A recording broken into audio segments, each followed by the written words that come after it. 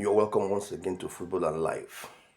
This is where we go beyond the thrills, the shouts, the goals, and the razzmatazz of football to unravel the life lessons in football.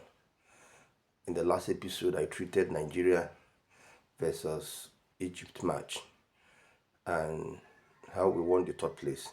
Now I'm going to deal with the final between Senegal and Morocco. The, the match has come and gone, everybody has moved on, but there are lessons to learn, and that is why this channel is here. We're going to connect the dots and the wires, and you see why you have to allow God to lead in your life. First of all, let me explain to you that life is not fair. There is what we call the sovereignty of God and responsibility of man. You allow God to do what He wants to do.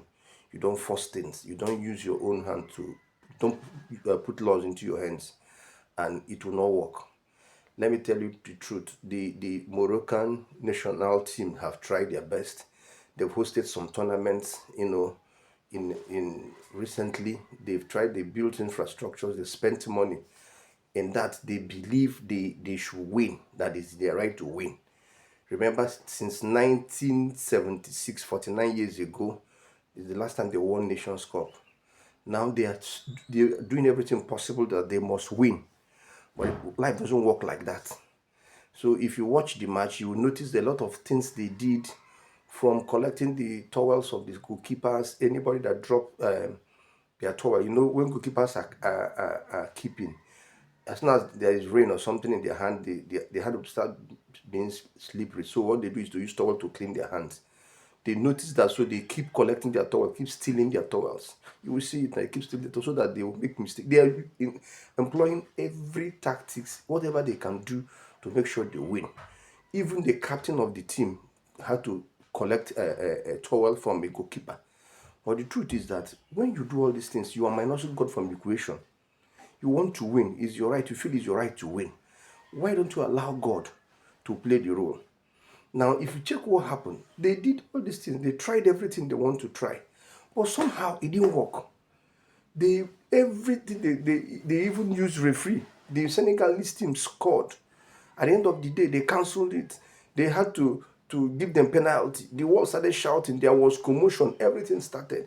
Why? Because they were trying to win by manipulating the game. It doesn't work like that.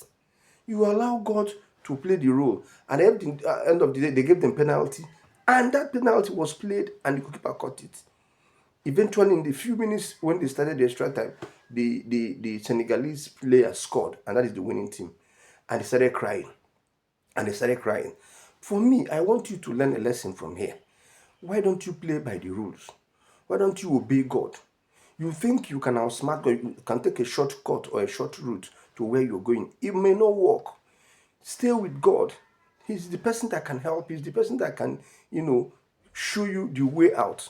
You might be desperate about certain things. You might think that this is why some of the players in that team is going to retire. They are getting old. They felt we must get this cup. One of my former player, Agued is a former West Ham player, and he has left. But some of them are, even the goalkeeper Bruno, all of them think that this is our time. We must carry this. So we are the golden generation. Remember that Morocco is number one in African FIFA ranking. So they have every right to claim what they want to claim. But they are minusing God in the equation. They want to manipulate the system. So at the end of the day, it didn't work. The same thing goes to your life. Why are you manipulating the system? Why are you thinking that you are faster than your shadow? It's not possible. Why do you think that you can do it without God? It's not possible. God is there. All you need to do is to align with Him. What do you want? Tell me what you want. Show me what you want, and I will obey you. It makes it even easier and faster for you when you obey God than when you want to use your hand to change the equation or to do things the way you want to do it. It will not work. It will not work. That's you think what you're doing and you are smarting everybody is right, is working. No, it will go and wait for you. At the end of the day, you still feel it. But I am encouraging you here right now. Don't be like Moroccan national team. Don't bypass the rules. Don't try to manipulate other people. Don't try to do things that is outside what God has said.